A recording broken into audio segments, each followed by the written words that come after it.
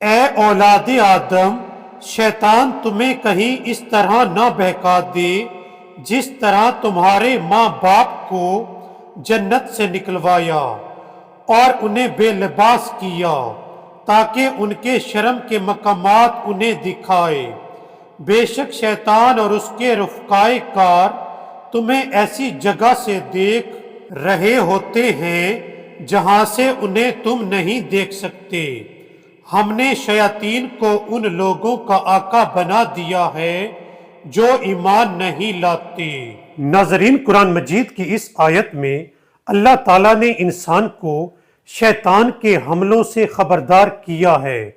اللہ تعالیٰ فرماتا ہے کہ اے لوگو، کہیں شیطان تمہیں بھی اسی طرح نہ بہکا دے جس طرح اس نے تمہارے ماں باپ کو بہکا کر جنت سے نکلوا دیا تھا۔